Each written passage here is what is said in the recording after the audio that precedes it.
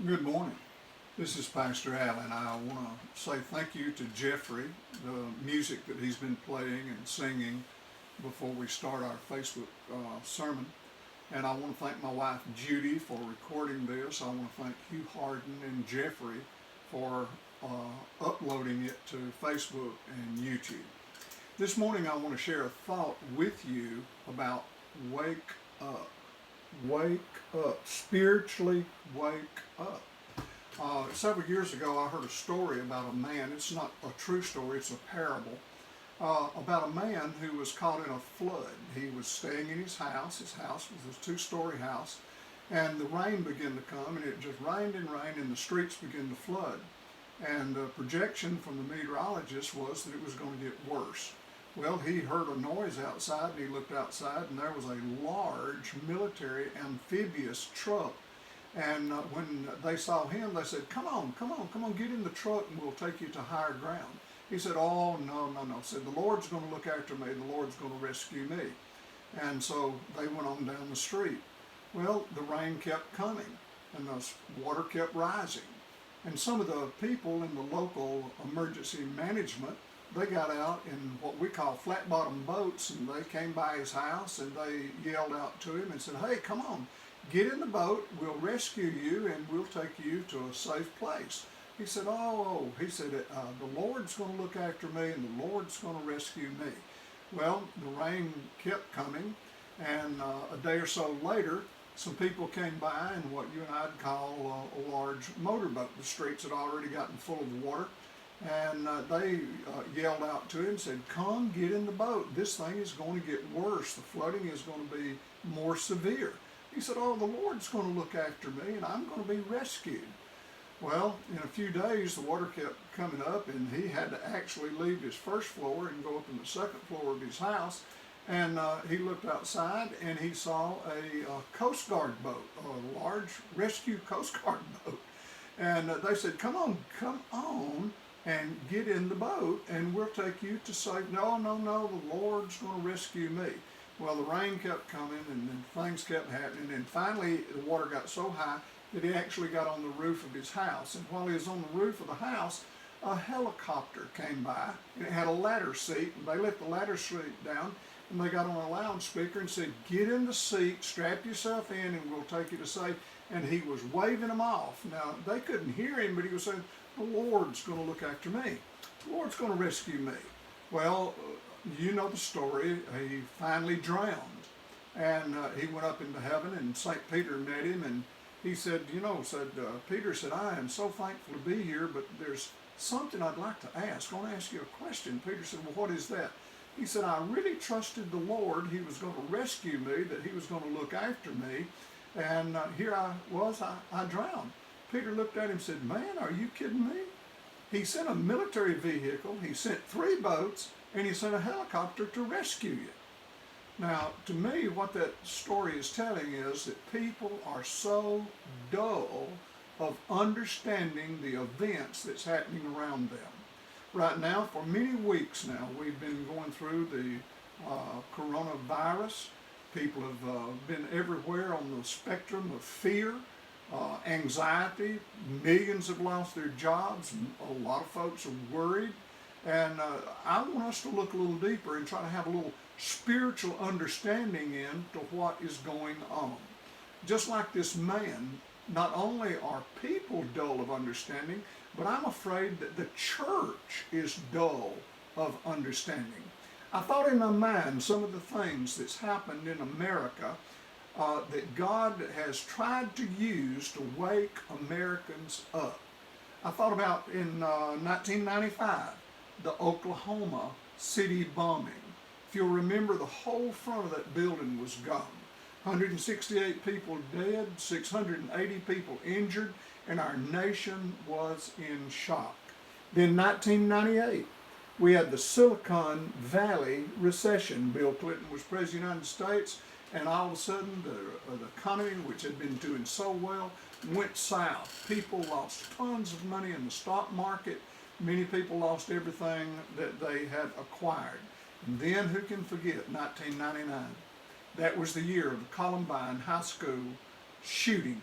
where we had 13 young people in school staff to lose their life, had 24 that were injured. And of course, in 2001, everybody remembers 9/11, where we had so many thousands of people that were killed instantly as those planes flew into the towers, and then so many, 24,000 were injured, and then the oncurring deaths from all the stuff that happened. And that really shocked our nation, and we realized how vulnerable we were to terrorist attacks. 2005, we had Hurricane Katrina directly hit New Orleans. The images are still in our mind. Thousands of people were injured. Many people died. $125 billion worth of devastation along the Gulf Coast. Why, there's places even in the Mississippi area that will probably never be restored like they were. There's still some devastation there. If you remember, Florida had problems, and then New Orleans, the whole Gulf Coast area. Then 2007, we had what is going to be called in history the Great Recession. Started under George W. Bush, the last year of his administration, and the beginning of Obama administration, and followed him all the way through. Who can forget 2012? Sandy Hook shooting, where we had all those little children, 20 of them were killed. 6 staff members were shot. And again, it shocked the soul of our nation. And now in 2020, you and I are looking at the coronavirus.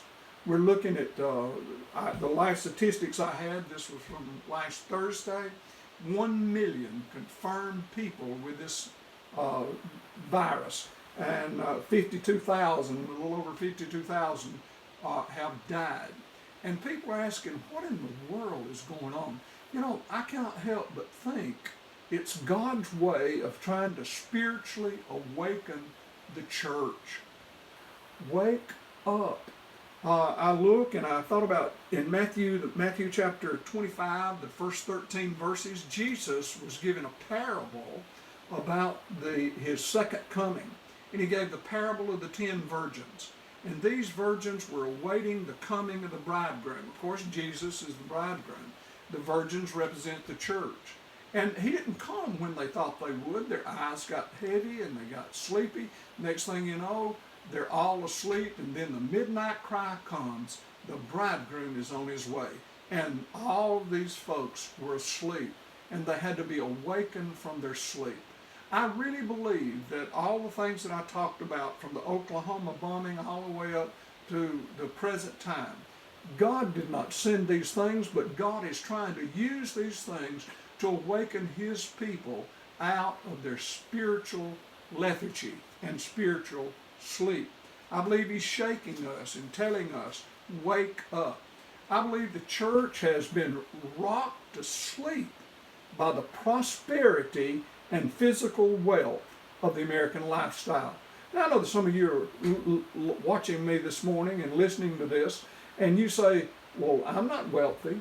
Compared to the rest of the world, you and I are unbelievably wealthy. Why do you think all the people of the world want to come here? Certainly it's our freedom, but more than anything else that draws them here is our wealth. Even our street people, who have absolutely, seemingly nothing, have a better lifestyle than the street people in Calcutta, India, or the masses that's found in some of our third world countries. We've been rocked to sleep. I believe the church is slumbering from listening to the lullabies of comfortable living and worldly compromise. I have a couple of scriptures that I want to give you very quickly. I want to read to you from the book of Romans, chapter 13, and verse number 11. It says, 13 and verse number 11, knowing this, that it is high time to awake out of your sleep. And then in the book of Ephesians, chapter 5, and verse 14, and down to verse number 17, wherefore he saith, awake, thou that sleepest, and arise from the dead, and Christ shall give you light. And then walk circumspectively. Now that word circumspectively means to walk looking very closely at the things that's happening. And don't be as fools where we waste the time, but we redeem the time because the days are evil. I believe that believers today have one of the greatest opportunities we've ever had to share the gospel with people around us. But if we're going to share the gospel with them, we must be awakened from our spiritual sleep and our slumber. Just like those 10 virgins were asleep, and then the wake-up call came, the midnight cry came, and said, the bridegroom's on his way. And you and I need to awaken and realize that Jesus Christ, I've never believed in the immediate return of Christ. I've always believed in the imminent return of Christ. Imminent means that he could come at any moment. It just doesn't have to be the next moment, even though it could be the next moment. And you and I need to wake up our sleep and realize there's more in our life as believers than just enjoying the wealth and the comfort of comfortable living in America. I challenge you today, share the good news of Jesus Christ with the world around us. Let them know that all these things that's happening around us is one way that God is trying to use to touch our hearts and to awaken us to an eternity with or without Christ.